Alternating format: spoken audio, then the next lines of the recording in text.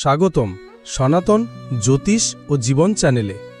আজ আমরা জানব গুরু পূর্ণিমার ঐতিহাসিক ও আধ্যাত্মিক গভীরতা, একটি দিন যা শুধুমাত্র গুরুর প্রতি শ্রদ্ধা নয়, বরং আত্মিক জ্ঞান ও আলোকিত পথের প্রতীক। গুরু পূর্ণিমা আষাঢ় মাসের পূর্ণিমা তিথি।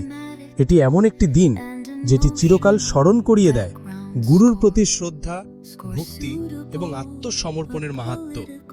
এই দিনে আমরা স্মরণ করি মহর্ষি বেদব্যাসকে, যিনি চতুর্বেদ, 18টি পুরাণ, মহাভারত এবং ভগবদ গীতা রচনা করে মানব জাতিকে জ্ঞানের আলো আলোকিত করেছেন। এজন্য দিনটি ব্যাস পূর্ণিমা নামে পরিচিত। পুরাণ অনুযায়ী ভগবান শিব এই দিনেই আদি গুরুরূপে সপ্তর্ষিদের মহাজ্ঞান দান করেন। সেখান থেকেই শুরু হয় গুরু শিষ্য পরম্পরার পবিত্র যাত্রা।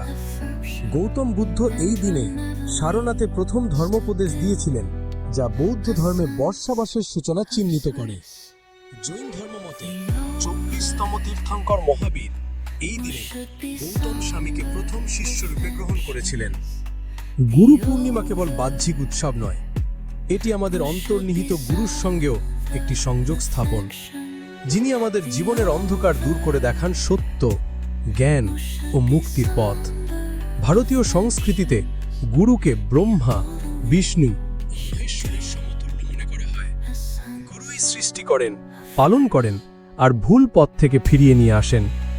একজন সত্যিকারের গুরু কেবল তথ্য দেন না, তিনি শিষ্যকে আত্মজ্ঞান, অনুপ্রেরণা ও পরিপূর্ণ জীবনের পথে চালনা করেন। আপনার গুরুর প্রতি শ্রদ্ধা জানাতে এই ভিডিওটি শেয়ার করুন এবং কমেন্টে লিখুন আপনার জীবনে কোনো গুরুর প্রভাব আপনাকে সবচেয়ে বেশি ছুঁয়ে গেছে। এই রকম আরও আধ্যাত্মিক ও জ্যোতিষ ভিত্তিক তথ্য পেতে সনাতন জ্যোতিষ ও জীবন চ্যানেলটি সাবস্ক্রাইব করুন এবং বেল আইকনটি চাপুন, যেন আপনি কখনো মিস না করেন জ্ঞানের এই ধারাকে। ধন্যবাদ।